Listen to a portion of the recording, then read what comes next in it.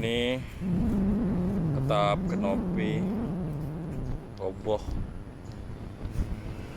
akibat hujan deras tadi ya.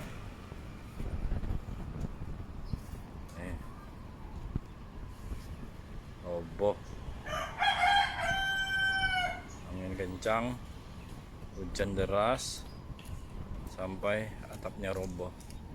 Kemudian bukan hanya kanopi aja, namun juga ada yang lain yang roboh. Ada pohon pisang roboh juga. Ini pisangnya langsung dipanen aja ini karena sudah matang.